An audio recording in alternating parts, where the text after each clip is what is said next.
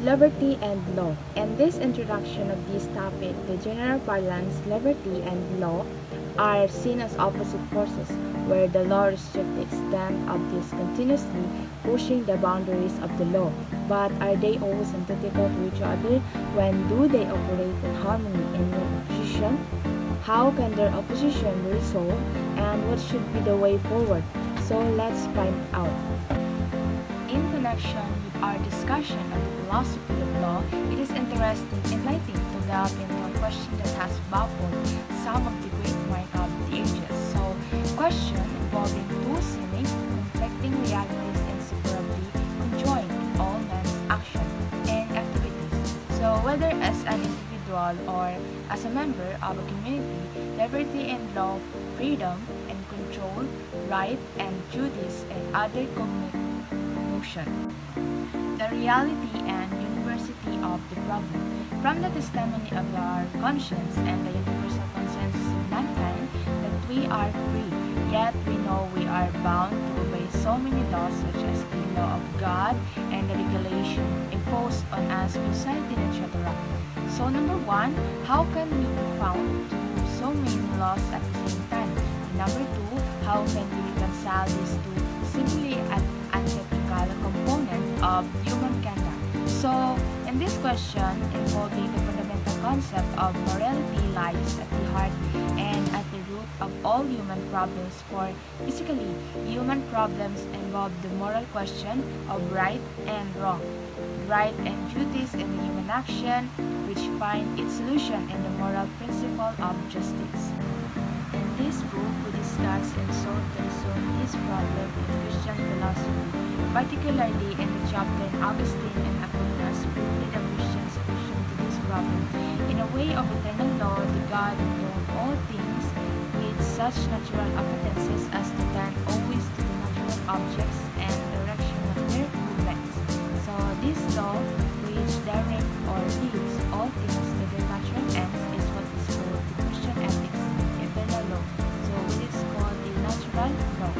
In this case of the man, the only free and rational being on the earth, the God leads man to his supreme goal, which is the happiness, in accordance with his free nature, not by physical forces as he does with the other creator, but by the appeal to his reason and free will, which is by love, that God created the man with an inborn desire for perfection and happiness, and has gifted man with a prerogative to improve and perfect himself this life for the attainment of his supreme purpose, everlasting life and happiness with God. And this is said that the ultimate end of man, as taught in the Christian ethics. Our own good approach to the problem.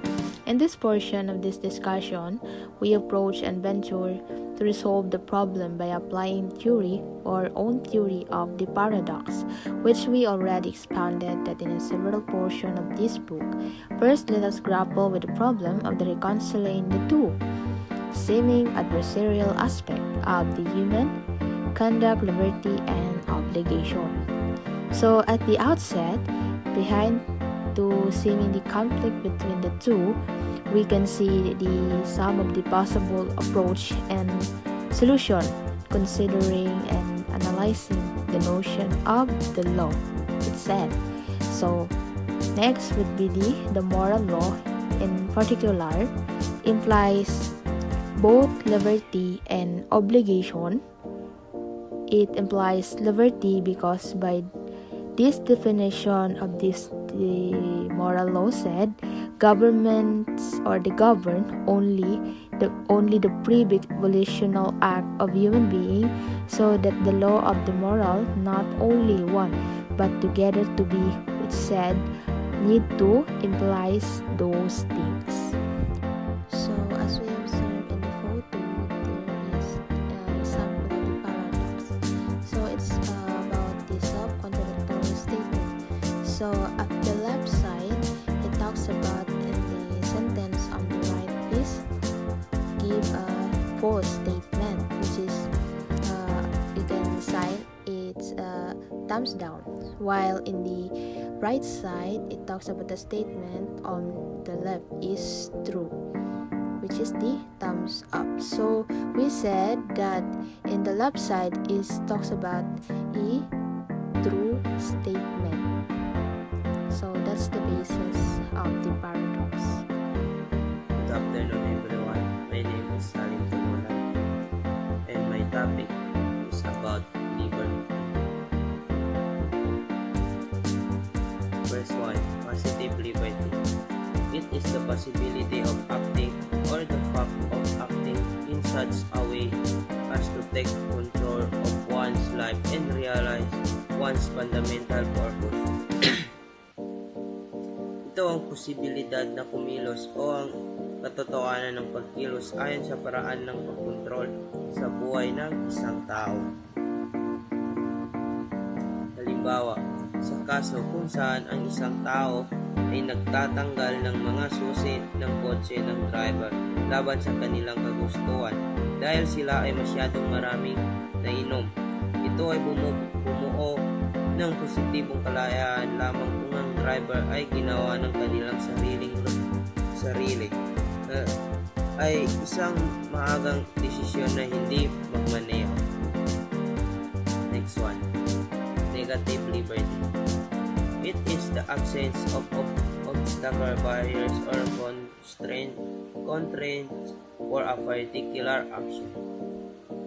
Ito ay kawalan ng mga balakid adlang para sa isang particular na aksyon. Halimbawa, si Jack ay malayong pumunta sa California kung walang sino mang aktibong pumipigil sa kanya na gawin ito. Sa gayon, ang kanyang negatibong kalayaan ay lalabag kung nakakandado ang kanyang kapitbahay na si Jack sa basement o kung may nagnakaw sa kanyang kotse.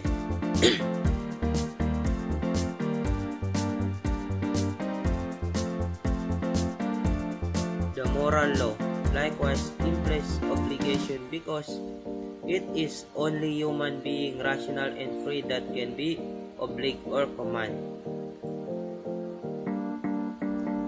Ipinahiwatig din ng batas ng moralidad ang obligasyon dahil ito ay mga tao lamang ng pangangatwiran at kalayaan na maaaring obligado o maiuutos.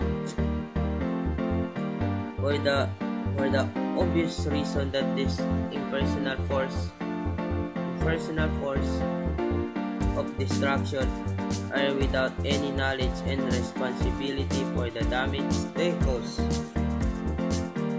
For example, murder, prostitution, and other behavior labeled immoral are also illegal. Moral turpitude is a legal term used to describe a crime that demonstrates depravity in one's public and private life, contrary to what is accepted and customary.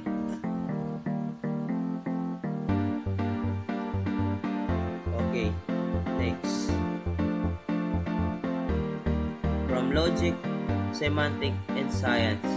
In this statement, there is no conflict, much less contradiction between freedom and obligation. Second, in this term, free and obliged, not free. Third, contradictory terms, as one negates the other's question. Man is free physically but morally bound to obey the law. Answer is no. Because in logic, the same principle state that it is illogical and absurd to affirm in anyone in the same statement. Two different respects. Output equals input theoretically. The second one, output does not equal input practically. Contradiction is defined in logic as the opposition between two statements that cannot be both true.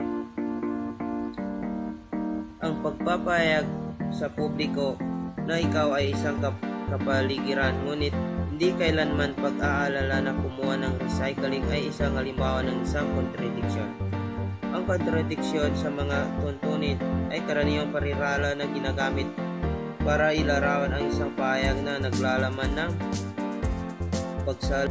Good morning. My name is Farhan K. Ibrahim, and my report is both liberty and obligation stem from the principle of justice. So every man has the right to liberty. Obviously, the right naturally carries with it the obligation to respect and never violate the same right in others.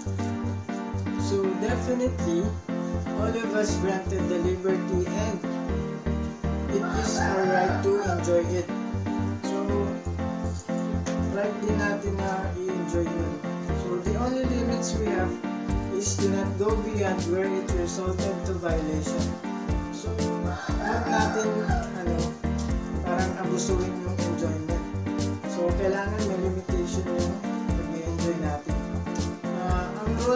Ang role lang natin is just to respect one another. So, kailangan talaga itong respeto eh. Kailangan irespeto natin yung bawat isa, yung kapwa natin. So, and never ever do na pinapasukan natin yung buhay ng kapwa natin. So, syempre, may buhay din sila eh. So, may buhay din tayo. Huwag natin paglalaman yung buhay ng may buhay. So, kung may problema sila, in short, respecting each other is a must. So, yun nga, kailangan talaga yung respect. So, demanded by the principle of justice. So, we have to respect each other's right. We should really respect one another. So, yun nga, irespeto natin yung bawat isa. We have our rights under the law. So, of course, each of us ay binigyang protection ng batas. That is why we have each other's right. So, we should respect and never trample on each other's right. So, ito na yung paulit-ulit eh. Paulit-ulit yung nire-remind na kailangan i-respeto natin yung bawat isa. Because this is the principle of justice. So, avoid po natin na masaktan natin yung kapwa natin. So, yun na, respeto natin yung bawat isa. The principle of justice. The golden rule of human conduct, MD. The mere fact that the two aspects are actually conjoined in human acts show conclusively that they are not contradictory to each other. So, they are only paradoxical to each other. So, according here, principle of justice are not contradictory to human acts because every human conduct involves justice.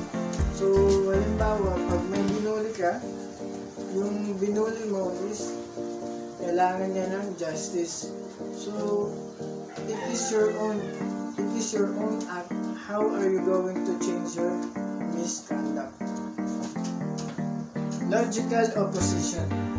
In this connection, it is wise to recall what we already stressed earlier than a contradiction.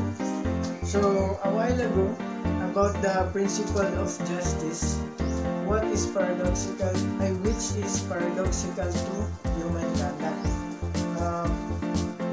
Hindi siya physical opposition ang tinutukoy doon, kundi the logic between that two aspects. So, logical opposition, if you bullied someone, tapos syempre may batas na anti-bullying. Now, tinamaan ka ng batas na yun. Now, how are you going to handle that? Diba? In human conduct, of course, you feel sorry for what you did. But principle of justice will oppose you to your idea that, of course, mag-justice, kailangan ng justice. So, liberty and law continued. So, splendor veritatis, or splendor of truth, by John Paul II. So, sentence especially strike us now amidst all the confusion, doubts, and darkness caused by foggy notion of liberty and law. So, liberty and law are two words connected to one another. So, as John Paul said, as John Paul says in his encyclical, which is Law Perfects, which is the splendor of truth. So he emphasizes there that the law perfects the law perfects the liberty. So meaning, we humans, we have the right to be free from whatever we want, but law limited us to beyond that. So this is how law makes the liberty perfect for everyone. For instance, halimbawa sa market, may nilalagay sila na prices dun sa mga products. Halimbawa dun sa bigas, goods. May limit yung price doon na Tapos